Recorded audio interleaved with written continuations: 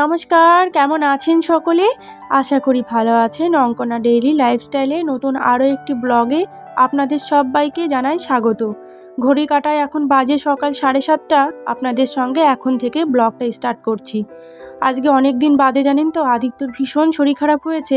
যাই হোক, ওকে টিউশনে ছেড়ে দিয়ে এসেছিলাম সকাল 7টার দিকে, কিন্তু পড়তে গিয়ে একেবারে পড়তে পারিনি। মাথা যন্ত্রণা, তার সঙ্গে সঙ্গে গাটা হালকা গরম হয়েছে দেখলাম। সেই জন্য টিউশন ম্যাম আমাকে সঙ্গে সঙ্গে ফোন করলো যে ওকে এসে নিয়ে যাও। তো আমি যাই হোক ওকে টিউশন থেকে আবার সঙ্গে সঙ্গে গিয়ে কিন্তু সাইকেল চালিয়ে নিয়ে চলে এসেছি। যাই হোক, বাড়িতে এসে জলদি করে সমস্ত কাজগুলো এখন শুরু করে দেব, কারণ বাইরে আবার বৃষ্টির ওয়েদার, তো যত তাড়াতাড়ি কাজগুলো সেরে ফেলা যায়। আর একটু যদি রোদের মুখ দেখতে পাই তখনই আবার জামা কাপড়গুলোকে ধুয়ে মেলে দেবো। নানান রকম চিন্তা ভাবনা নিয়ে সকাল থেকে এনার্জি দিয়ে আমাদের কাজগুলো কিন্তু শুরু করতে হয়। আর সকালবেলার দিকে যদি একটু চিন্তা ভাবনা করে আমরা কাজগুলোকে শুরু করি, দেখবেন সেদিন যেন তাড়াতাড়ি করে কাজগুলোকে আমরা গুছিয়ে নিতে পারি। ওদিকে আদিত্যকে একটা কাঁথা গায়ে দিয়ে তারপরে ওকে ছেলেটাকে শুইয়ে দিয়েছি। তারপরে শুরু করে দিলাম আজকের দৈনন্দিন কাজকর্ম। সবার আগেই শুরু করেছি বিছানা দিয়ে, কারণ বিছানাটা যদি এলোমেলো থাকে দেখবেন গায়ের মধ্যে একটা গিঞ্জি ভাব হয়, আর তাছাড়া একটা এনার্জিও আসে না। আর বেডরুমটার সৌন্দর্যটা সবথেকে বড়। বেডরুমটা যতটা আমরা সুন্দর করে গুছিয়ে রাখতে পারবো, তুই যেন আমাদের ঘরটার সৌন্দর্য আরও বেশি করে বাড়ে। তো যাই হোক, এদিকে বেডরুমটাকে তো গুছিয়ে নিয়েছি। তারপরে আমি সোজা চলে এসেছি কিচেন রুমে, একটু জল খাবো সেই জন্য। আসলে আমি তো প্রত্যেক দিন সকালবেলা লেবু জল খাই। আপনারা যারা আমার ডেইলি ব্লগ দেখেন তারা তো জানেন। তো সেই জন্য একটুখানি লেবু জল করে খাবো। 2 গ্লাস মতন জল দিয়ে দিলাম বাটিতে। তারপরে জলটাকে উষ্ণ গরম করে নেব, যতটা আমার মুখে বা গলায় সহ্য হবে ঠিক ততটাই গরম জল করে নেব। তো চলুন, এদিকে এই যে লেবুটাও নিয়ে নিয়েছি, হাফ লেবুর টুকরো নিয়েছি, সেটাকে একটু এখন গরম জলের মধ্যে মিশিয়ে নেব ভালো করে চিপড়ে চিপড়ে। কি বলবো বন্ধুরা, জানেন লেবুর এত পরিমাণে দাম, খেতে আর ইচ্ছে করে না। 5টা লেবু আমি এনেছিলাম 10 টাকা দিয়ে, আপনাদের দাদাভাই আবার সেদিন 3টে লেবু 10 টাকা দিয়ে এনেছে। যখনই এই দামের কথা উঠে আসে মাথাতে, তখন আর এই লেবু জল খেতে ইচ্ছে করে না। কিন্তু কি করব, একটা অভ্যাসে এসে পরিণত হয়েছে, তো এই জন্য সকালবেলা উঠে একটু লেবু জল খেতেই হয়। কিন্তু এত বিভৎস টক ছিল লেবুটা, পুরো চোখ কান মুখ কেমন যেন শিউরে উঠেছে টকে। যাই চলুন, ঝটপট করে এবার সকালের টিফিনটা বানাই। আপনাদের দাদাভাইও বাড়িতে এসে বলছে একটু যদি খাবার থাকে তাহলে দাও, আমি খেয়ে বেরিয়ে যাই আবার কাজে। তো যাই হোক, ঘরে পেঁয়াজ ছিল, পেঁয়াজটাকে তো কুচিয়ে নিয়েছি। এবার দাঁড়ান, আপনাদের দেখাবো আজকে সকালের মেনু। আপনারা দেখে হাসবেন না কি বলবেন আমি জানি না, তবে আমি সত্যি কথা বলতে আমি সাশ্রয়, হিসাব, পরিশ্রম এই জিনিসগুলোকে ভীষণ মাথায় রেখে চলি, যার জন্য আমি কোনো জিনিস কিন্তু নষ্ট করা আমার একেবারে পছন্দ হয় না। গতকাল রাতে তো বিরিয়ানি এনেছিল, আপনারা জানেন, 2 বাটি বিরিয়ানি এনেছিল, 2 প্লেট। তো সেটা না, আমরা 1 বাটি বিরিয়ানি আমরা 3 জনে মিলে খেয়েছিলাম, আর 1 বাটি মতন আমাদের ঘরে ছিল। তো আপনাদের দাদাভাই আবার বাসি জিনিস খেতে চায় না। তো আজকে আমি অনেক রিকোয়েস্ট করলাম যে দেখো জিনিসটা ফেলে দেবো, চলো না তার থেকে গরম করে জিনিসটা আমরা সকলে মিলে খেয়ে নিই। আদিত্যকে তো দেবো না, তো আমাকে বললে একটুখানি কাঁচা পেঁয়াজ তাহলে একটু কেটে দিয়ে হালকা হালকা করে ভেজে আমাকে ওটাই গরম করে দাও, তাহলে সেটাই খেয়ে যায়। তো যাই হোক, 1 পিস চিকেন, একটুখানি ভাত, আর সঙ্গে এই যে ডিমটা দিয়ে ওকে এখন সকালবেলা টিফিনটা দিয়ে দেবো, ও এটা খেয়ে বেরিয়ে যাবে। আজকে একটা অন্যরকম সকালে আপনাদের সঙ্গে শেয়ার করলাম। ওদিকে আপনাদের দাদাভাইকে খেতে দিয়ে দিয়েছি, সঙ্গে আমিও খেয়ে নিয়েছি গরম গরম। তারপরে আবার এই যে জলের বোতলগুলোতে জল ভরে ট্রেতে গুছিয়ে রেখে দেবো। এইভাবে জলের বোতলগুলোকে রাখলে দেখতে সুন্দরও লাগে আর গোছানোও থাকে। একটা ট্রেতে যদি রাখা হয় অনেক সুন্দর হয় দেখতে, জানেন। এক জায়গায় রেখে দেওয়ার থেকে একটু ট্রেতে যদি সাজিয়ে গুছিয়ে রাখা যায়। তারপরে এই যে আদিত্যকে সকাল থেকে জল দিইনি, একটুখানি তাই ওকে জল খাওয়াবো এখন। ছেলেটার শরীরটা একটু ভালো হতে না হতেই বিছানা থেকে উঠে দৌড়াদৌড়ি শুরু করে দিয়েছে। এই জার্সিটা ওর বাবা ওকে বানিয়ে এনে দিয়েছে, পেছনে ওর নামটা লেখা, আদিত্য 100। যখন যা বায়না করবে তখন তাই ওর বাবা, কোনো কথা নেই, ছেলেকে সেটা এনে দিতে হবে, এরকম একটা বিষয়, জানেন। এদিকে টিপ টিপ টিপ টিপ করে বৃষ্টি সারাদিন হতেই আছে, জানেন। আপনাদের দাদাভাইয়ের অফিস থেকে একটা ফোন আসলো। তো যাই হোক, সাইকেলটা নিয়ে ছুটলো, বলছে গাড়িটাকে ঢেকে দিয়েছি, ওটাকে আর এখন নেব না, সাইকেল নিয়েই বরং যাই ঘুরে আসি। ওদিকে দেখুন নতুন একজন সদস্য, গত 3 দিন হলো এইখানে আছে, জানেন।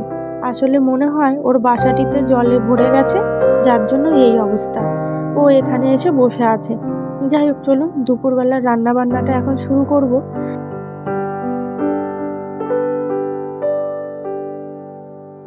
যাই হোক, চলুন তার আগে একটা কমেন্টের উত্তর দিই। কালকে একটা দাদা ভাই আমাকে কমেন্ট করেছিল, ভালো করে ফটোগুলো দেখতে পেলাম না, ভিডিও অ্যালবামের ফটোগুলো ভালো করে দেখানো হয়েছিল না, সেটাই। তো আমি পরের দিন চেষ্টা করব আমার যে ভিডিও অ্যালবামের যে ছবিগুলো আছে সেগুলো ভালোভাবে আপনাদের সঙ্গে শেয়ার করে দেবার। তো যাই হোক, আমি কালকে ছোট্ট একটা ভিডিওতেই সেটা শেয়ার করেছিলাম। এর পরের দিন যদি সময় হয় আমি আরও একটা বার দেখিয়ে দেব, তবে সেটা কোনো একটা স্পেশাল দিন।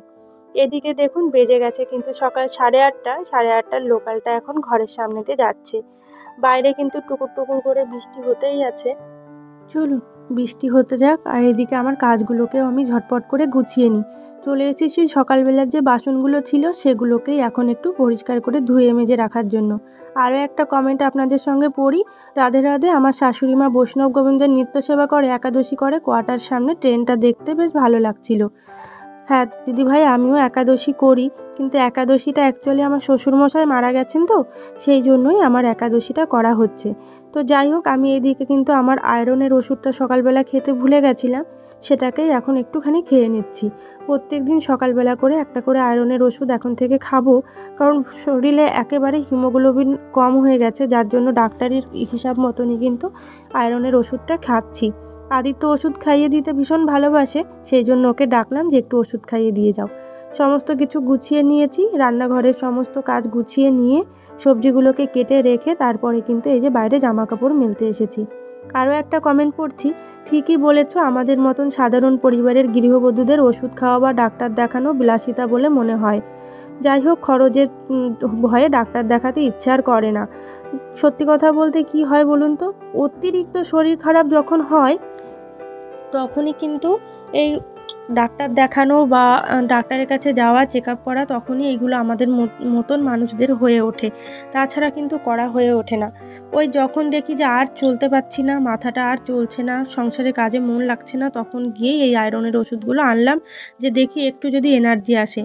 আরও একটা কমেন্ট পড়ছি, সত্যি গো, আমিও বলি বরকে, যদি এখনকার মতন ব্রাইডাল মেকআপ হতো তাহলে আরও একবার বিয়ে করব মেকআপ করার জন্য, বিয়ে করব মেকআপ করার জন্য।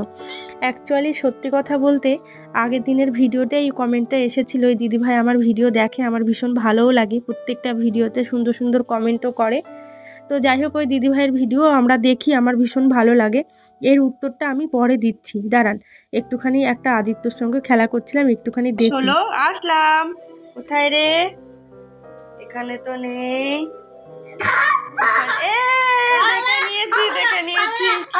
দেখে নিয়েছি। কেন হবে না?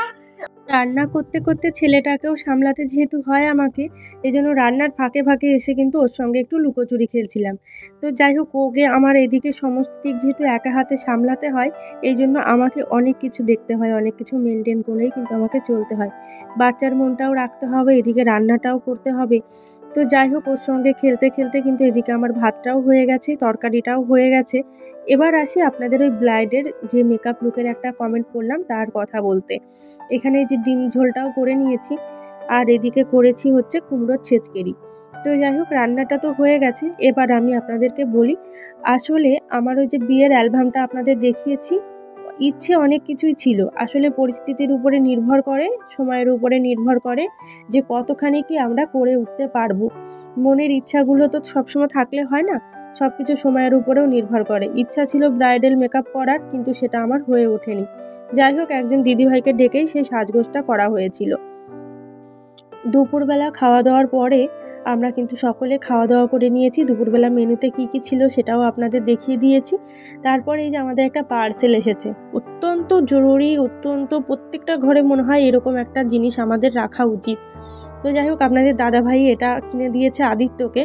এটা মূলত আদিত্যর কথাতেই কেনা হয়েছিল। তো এটা একটা কি বক্স বলুন তো, এটা একটা টাকা রাখার বক্স, পিগি ব্যাংক যাকে বলা হয়, সে পিগি ব্যাংকের মতনই, কিন্তু এটা কাঠের তৈরি।